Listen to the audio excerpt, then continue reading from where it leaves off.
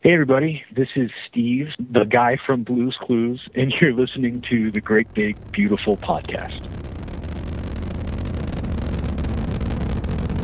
Have you ever been to Disneyland? Affirmative. That was definitely an e-ticket. I can't believe all the new gadgets they've got now. For a while we didn't even have a house phone, not to mention laser discs. High-def TV. You are listening to the Great Big Beautiful Podcast. This week on the show, what became obvious is that the right wing, the fundamentalists, all invoke the Constitution as the cornerstone to their agenda. Yeah. And anybody who opposes their opinion is therefore unpatriotic. And this is a protest to this. We're not letting them decide who's patriotic and who's not patriotic. here are your hosts, Jamie Green and Justin Connors. This is the Great Big Beautiful Podcast. You can find us on Facebook and Twitter at the GBB Podcast. You're coming in on us talking about fun things that have happened during our interviews. In situations like, you never know what's going to happen or where someone's going to be. Sometimes we call them, I forget who it was, we called somebody and they were like, oh, that's today? Oh, okay. And I think Maurice LaMarche was in his brand new car or something, and he was like, oh yeah, okay, hold on. But then he put us on speakerphone, and it was like better than most people's Skype, which was incredible. Yeah. So yeah, and I think he pulled to the side of the road so he would actually like not have to be like cursing at traffic right. too. I don't know, but yeah, strange things happen, and when you've done a couple hundred interviews, not everybody's going to be sitting in a studio or sitting at their desk giving you 100% attention. Right, exactly. And yeah, so it's been a fun ride. Yeah. So how have you been? How have you been this week, Jamie? Oh, we've been fantastic this week. How have you been, Justin? I have been wonderful. You are getting ready as we record this. You're getting ready for your big Thanksgiving in the United States. Yeah. You have any big plans? Except by the time people listen to this, it'll be like, what? That was yesterday. What are you talking about? Yes. Or wait, it's past Christmas time. What are they talking about? Like if they download this later. It's sometimes Thanksgiving time-ish in America. So we have, it's not often. Well, I guess it is often, but we have legendary people that we interview. But there's legendary people, but then there's legendary people. You know what I mean? Like people that have had a career and they're just, you hear the name and it's like you have memories and about who they are. And that is this week, Ed Asner. Jamie, why don't you tell us about your interview? I mean, what's to say, really? Like so Ed Asner is like, he's a legend, like you said, and it's kind of hard to encapsulate his career in a couple minutes lead up to a dumb interview that we did. But it was, it's like he was a pioneer in television. He was in a lot of historic shows. He is still working today. If you're a Disney fan, you absolutely know him as Carl Fredericksen from Up. He was the voice of Carl. But going back, he was on the Mary Tyler Moore Show, and then he took his character from the Mary Tyler Moore Show and he had his own show, his own spinoff show, which honestly, I didn't quite realize this. I always knew he was on the Mary Tyler Moore Show and he was Mary's boss. But the spinoff show after Mary Tyler Moore Show ended, and he took that character, and the show was called Lou Grant, which was the character's name. I didn't quite realize how different the show was. And I think this was one of the first, if not the first, and probably one of the very few times that a character like started on what was a comedy. It was a comedy. Mary Tyler Moore Show was a comedy. And then Lou Grant was a drama. It was a, it would almost be like somebody coming off of, I don't want to compare Friends to Mary Tyler Moore Show, but like somebody coming off of a comedy like Friends, and then like, like Joey got his own spin-off show, Joey. This is terrible. It's like awful comparison. I can't believe that I'm doing this. But that was still a comedy. It would be like if Joey were like suddenly like on Law and Order. You know what I mean? Like it was the serious drama. And that's what happened. So, and it was, what's also notable is that Ed Asner was nominated for an Emmy on both shows. So he was nominated for playing the same character in a comedy and in a drama. And so I didn't really realize the whole Lou Grant show was that different from Mary Tyler Moore, because I never saw it. I knew Mary Tyler Moore. I didn't know Lou Grant. So that kind of blew my mind when I was doing my research and talking about him. But he's been around, like he's this guy. So obviously I'm stumbling over my words because I don't even know how to really present this to people listening. So the reason he's here today, the reason we talked to him is because he has a new book. He has written a number of books, but his most recent book is co-authored with Ed Weinberger, who I should also say is on the show with us today too. So Ed and Ed actually have a history dating back to the Mary Tyler Moore show. They worked together there. Ed Weinberger was one of the writers on that show. And then they sort of went their own ways for most of their separate careers. They came back together recently. They did a play together called A Man and His Prostate. It's a one-man show with Ed Asner playing every role. And they wrote this book together, and it's called The Grouchy Historian. An old-time lefty defends our Constitution against right-wing hypocrites and nutjobs. And that kind of gives you an idea about the politics that he has and what he's bringing into it. So the conceit of the book is that he got fed up with modern day politics and people in the media or people on social media talking about the Constitution like they're intimately aware of it and getting it absolutely almost completely 100% wrong, not understanding what the Constitution is, what it says, what it means, how it was written, the historical significance and the historical context in which it was written. So he and Ed, they did a ton of research and they wrote this book together. And it's written in very digestible little chunks. Each chapter is sort of you can take it in single sittings, and it's humorous, obviously, because Ed Asner, at his heart, he's a comedian. But it is also very serious. Like he's presenting the Constitution to people today from his perspective, from his point of view. So it's got that funny slant, the humorous slant, right. But it's saying that I don't want to go back to the subtitle, but he's defending the Constitution against those people who don't understand it. That's a brave mission. Right? I wouldn't want to do it. Oh, no, me either. Especially seeing the tweets that Will Wheaton gets and stuff. Nope, not for me. All right, guys, we're going to go play that interview for you right now. Hope you enjoy. Ed and Ed, thank you guys so much for taking the time to talk today. It's an absolute honor and a pleasure to have you both here. First of all, we're going to be talking about the new book, The Grouchy Historian. And I want to ask both of you, truthfully, did you ever think that you would be writing a book about the Constitution? Yeah, but I think once we got enthusiastic about the idea, we believed we could do it. But obviously it wasn't something that occurred to us until actually the presidential campaign of 2016, when the idea occurred to us that somebody needed to say something truthful about the Constitution. Yeah, I think it's a very good example of what I've been trying to preach to people, is that in these chaotic times, you look for a leader, and there never is one that satisfies you sufficiently. Yeah, and I've been speaking as best I can to cite the fact that we must all become leaders. Sure. Our own leaders, and instead of griping and grousing, get down and do something. And Ed and I finally decided to do something in this area. Yeah, you mentioned the election was sort of what set the whole thing in motion. But was that the tipping point? Was that the moment when you guys said, this is it? I can't take it anymore. We need to write this book.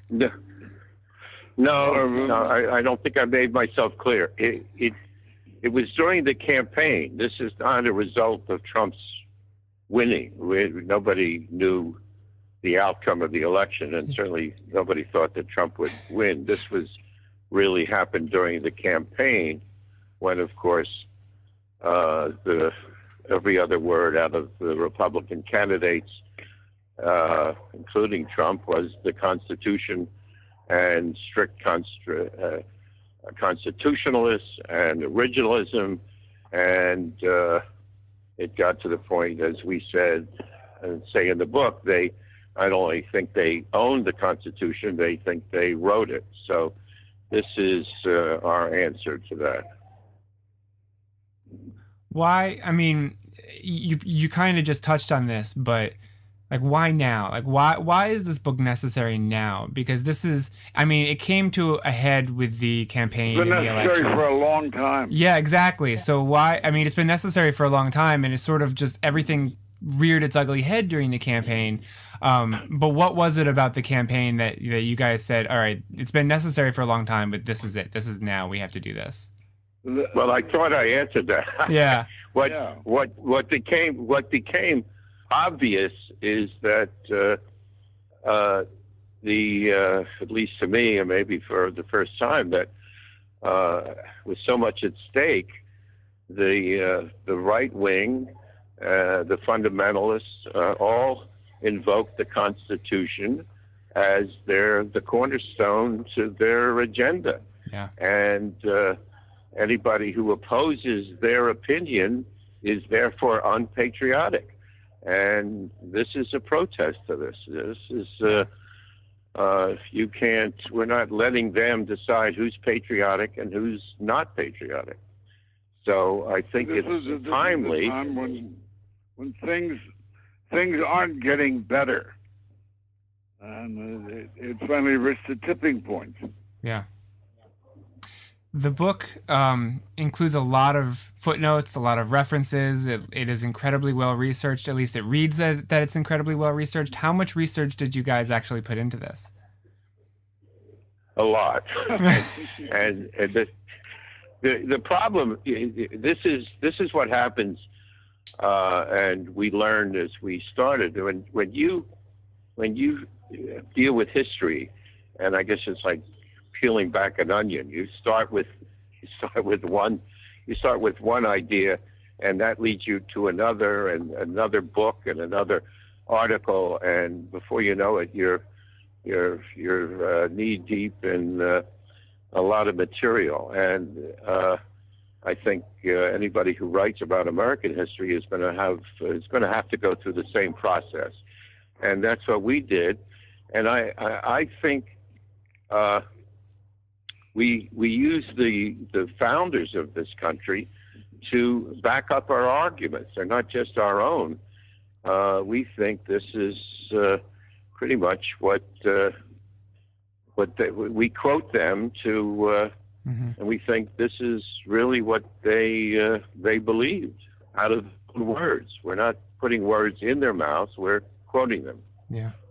And the Second Amendment is a perfect example of something that's been hammered and talked to death, and nothing definitive has ever really been done by the courts or by people to call attention to it, to define it, and to strengthen it, and to create less slaughter, let's say. Yeah.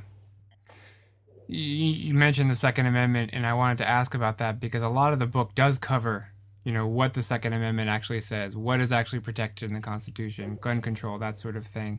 And obviously these, the horrific events of recent memory are not going away. They happen to be, they seem to be happening with more regularity. in your research, in your long careers, in your perspectives, do you ever think that we're going to reach a point where we'll be able to affect real change in that area? Well, we certainly haven't tried very hard in terms of Congress, and in terms of the courts. That we don't go anywhere. It's a sludge pile, and whatever we had to say, I think hopefully will be the beginning of many other stances and positions and clarifications. Yeah. But as long as the NRA controls the debate and controls Congress and controls the votes, we're gonna continue with the mess or the horror we're in. Yeah. And that's gonna be a tough. Yeah. Tough road to go down. You both come from comedy backgrounds, obviously. Ed Asner, I know that you've been politically active for quite a long time.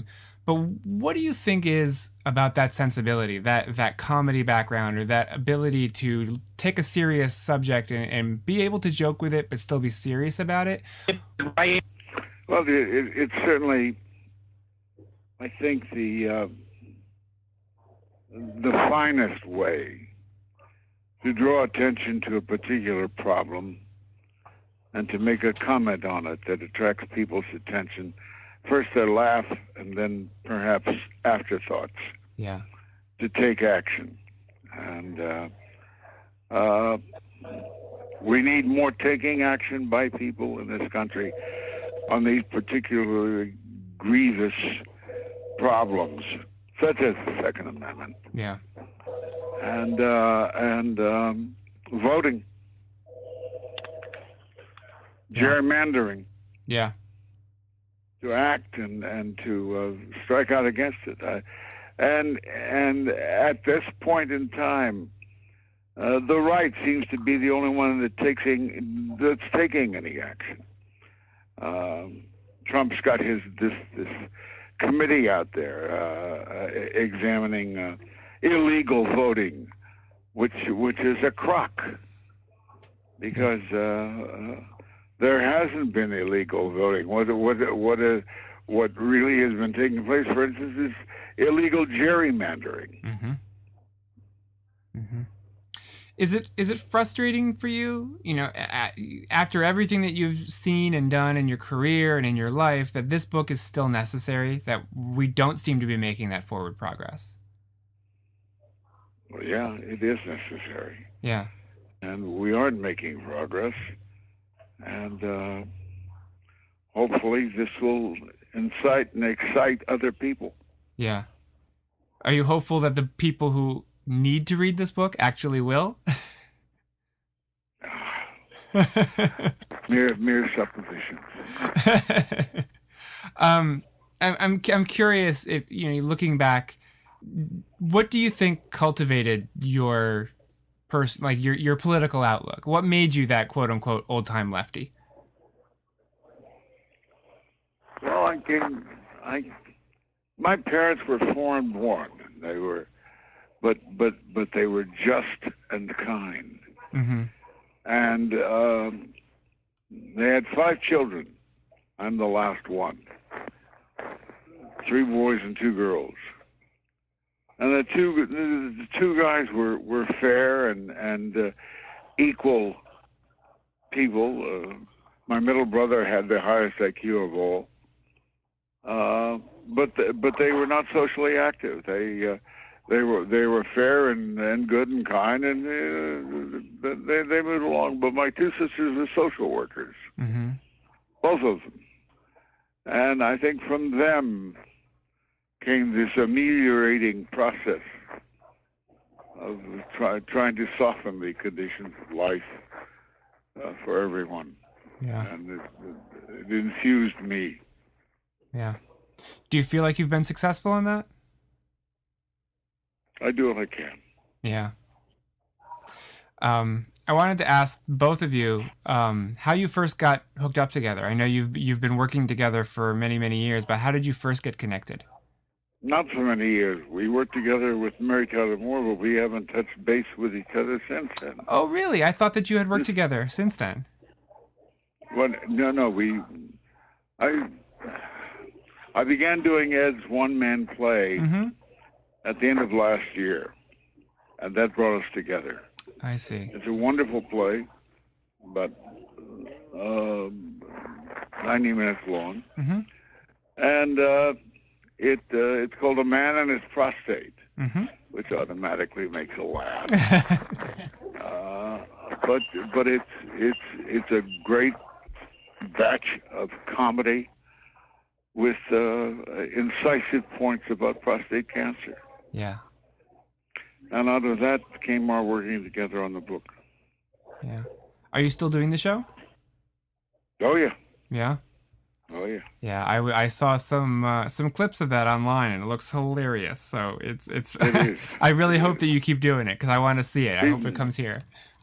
Well, he wrote it about his own experience, but it's a masterful piece of work. Yeah. And it works beautifully with audiences. So that's interesting. So you worked together years ago on Mary Tyler Moore, and then you came back together for the play. How did you get reconnected then, if you hadn't been working together in the years in between? Well, when I finished up the... Go ahead. Well, I was going to... when I finished the play, there was only one person I thought of sending it to, and that was Ed Asner. So that's how we reconnected, and that was a couple of years ago. And so there was I think a 45-year period when we were not connected. But so whatever the years are, I'm not quite clear on that. Yeah. But so that's how we reconnected through the play. I mean, you had that experience, that history together, years ago, and, you've obviously it worked well together on the play, and it's worked well together on the book. What is it about your working relationship between the two of you? Like, what do you think it is that really works well when you guys come together? I think it's a point of view. I'm going to answer for you, Ed. We may each have a different answer on this, but I think the important thing is we share, and for the most part, a philosophy, a political philosophy, and I think that's the unifying element. Since it should always be about the work, and it's not about a personal relationship as much as a professional one. Yeah. Does that sound right to you too, Ed? Oh, sure. Look, we belong to a great mass of people who are at least center, if not left of center. And we grouse, and we applaud occasionally, but we rarely take action. And to me, action is not achieving anything, but rather than shooting your mouth off, how good to take a piece of action, to act, and not wait for the leader. Yeah. But if you think about it, if you think about the books that are out, Laura Ingraham has a book. Mark Levin has a book. Bill O'Reilly has a book. Ben Carson has a book. Ann Coulter has a book. You can't find anything from the left that answers anything they say. And so this is why we think this book is important, because it's we hope it's entertaining and informative, but it's a populist answer to all those other books that they keep churning out one after the other without a response. There is no response, and that's the key, and I think that's the main reason we wrote the book. Yeah. Hoping for as much success, as great a success they seem to enjoy on the New York Times bestseller list. Yeah. I mean, look what Bill O'Reilly has done, for God's sake. Yeah. Yeah, it's astonishing every time one of those books comes out, and they all seem to say the same thing, but yet they all still sell, and I'm not. Yeah. I don't understand why. Well, you know, it would be nice if we could. They seem to have captive audiences. Yeah. Who bolster those book sales, and it would be nice if we make a small beginning left of center to counteract that. Yeah. Well, I wanted to ask you, you know, creatively, you both of you have been sort of involved in a number of different avenues. You know, acting, television, film, books, theater, animation. You know, you've covered the spectrum over both of your careers, and you've really had a hand in lots of different types of creativity. And I'm wondering if there is one thing that you enjoy over another, or one thing that leaves you more creatively fulfilled than another, I guess. Well, for me, books is a new milieu, and it's confusing and confounding. For instance, we did a bunch of interviews in the 2 hours preceding this. Mm-hmm. Ed was in New York, and I'm here in Los Angeles, and to have to talk and not hear what the third party, the host, has to say becomes frustrating and exacerbating. So it's all new territory for me anyway. Yeah. And I don't like it, and it's problematical, and hopefully we can find a clearer way to transmit the message. Yeah. You don't seem to be slowing down, though. I mean, this is not your first book, and in addition to this book, well, you slow down, you die. That was my, like. I'm reminded of Carl Reiner. Carl Reiner has a new book out called "Too Busy to Die." Is that how you feel? Yeah. Is that how you feel? You just want to keep going? Oh, absolutely. If you can still make sense out of what you're mumbling. Do you ever think of retirement? No. No? Why should I? First of all, it's the only thing I'm good at is activism of acting. Yeah, activism and acting. I read, speaking of acting, I read an interview that you gave a couple of years ago, and you were talking about your role on Roots. And you said that at the time when you were auditioning for the role, you said that you figured all white actors were racists. And I'm wondering if you could talk about what you meant by that. I come from Kansas City, and I went to segregated schools. And when the Catholic schools desegregated before the public schools, there was a rush of kids out of the Catholic schools to join the public school.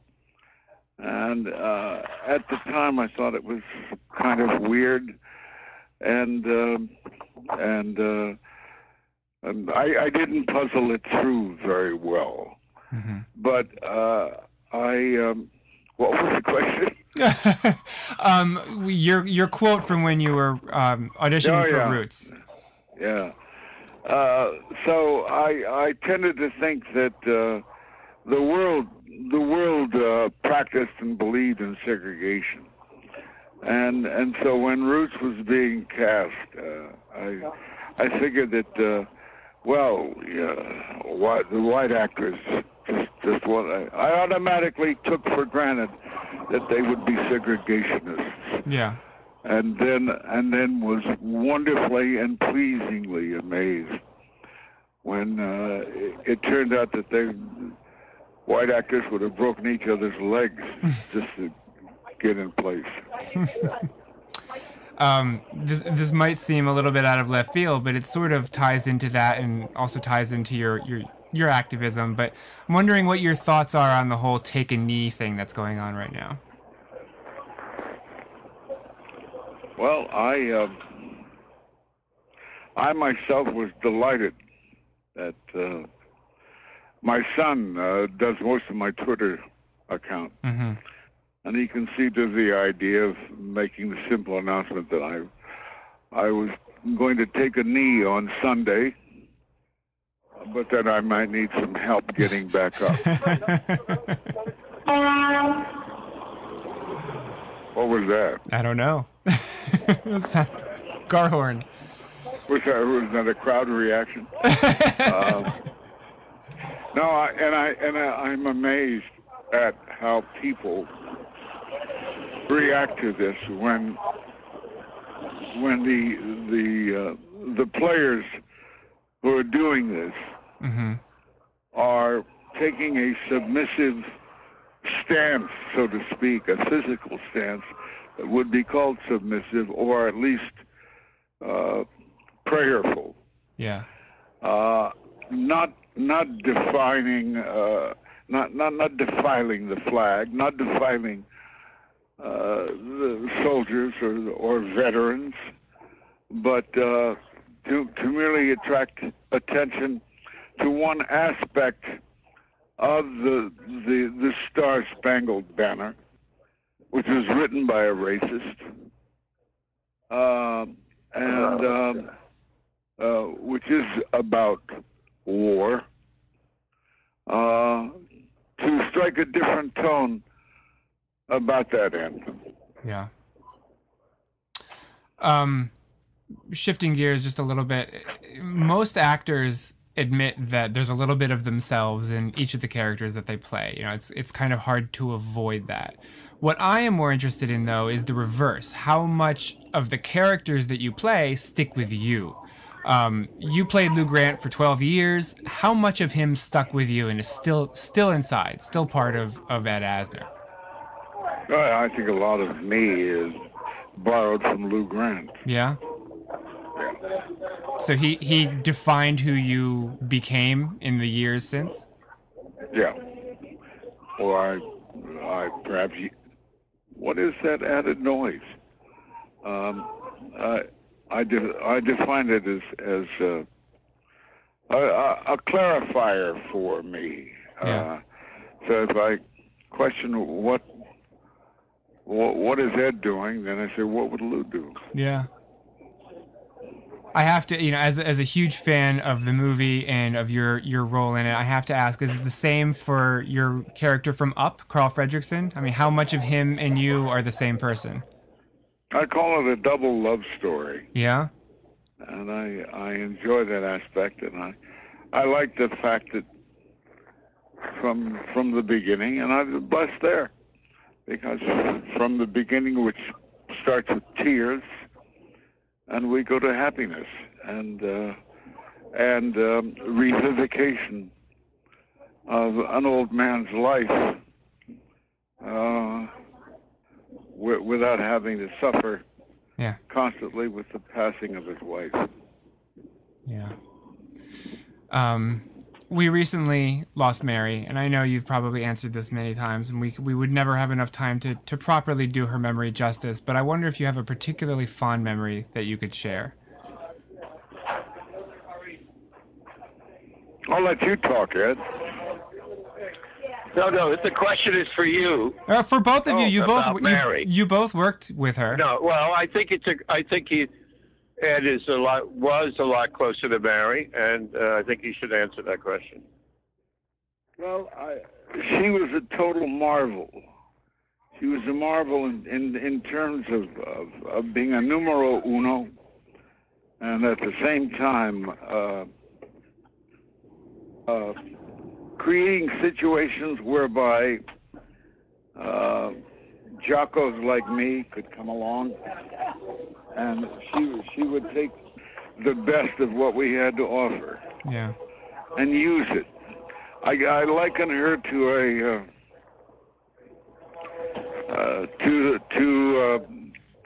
an axle that wheels rotate around, and all of us were axles, wheels of that nature, spinning and attracting attention while she held us steady.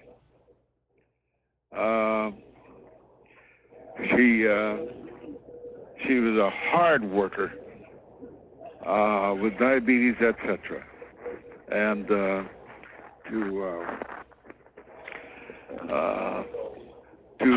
work in the morning, take a lunch break, and to dance through her lunch break defines the kind of person she was. Yeah. We three guys would go and tank up with 6 sandwiches, etc., for lunch, and come back to find her wiping the sweat from her balletic practice. That's amazing.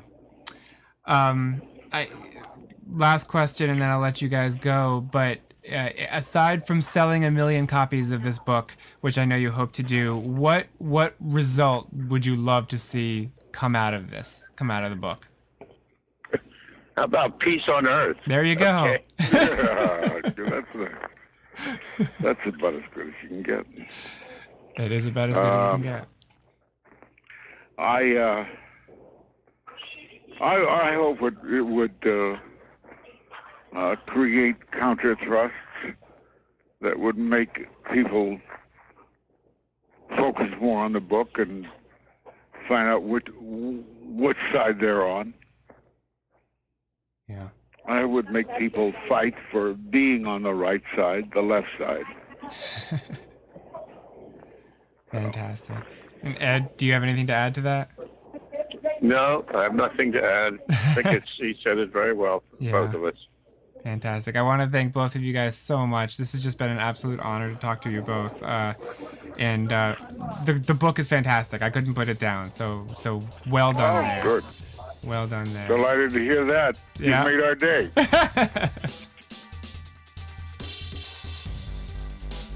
Okay, so since you talked about you gave the Joey from Friends example, I've been coming up with ideas in my head. So okay. Cosmo Kramer, private investigator. Okay. That'd be a good one. Oh, I can't believe I compared Ed Asner to Joey from Friends. As soon as you said that, Ed Asner, if he was listening to it, he was like, click. Yeah, right. Click, done. I'm done with this podcast. or he was probably like, who's what's a Joey from Friends? What? Like, really? I don't get that reference. No, I mean, really, I think that's my bad. That was a terrible, terrible reference. And I own it. That's okay. I'm going to own up to it. There was all that I could think of in that moment. Yeah. We will own it. That was ours. We coined that one. All right, guys. Thank you so much for coming back every single week. If you don't come back, why don't you come back? Hit the subscribe button. You can come hear a new episode, sometimes 2. You can also interact with us on Facebook and Twitter at the GBB Podcast. I'm Justin at 140 Justin C. I'm Jamie at the Roarbots. And we'll see you next time. Take care. This podcast has been a production of the Geek Dad Podcast Network. If you've enjoyed this content, please consider supporting us at patreon.com/geekdad.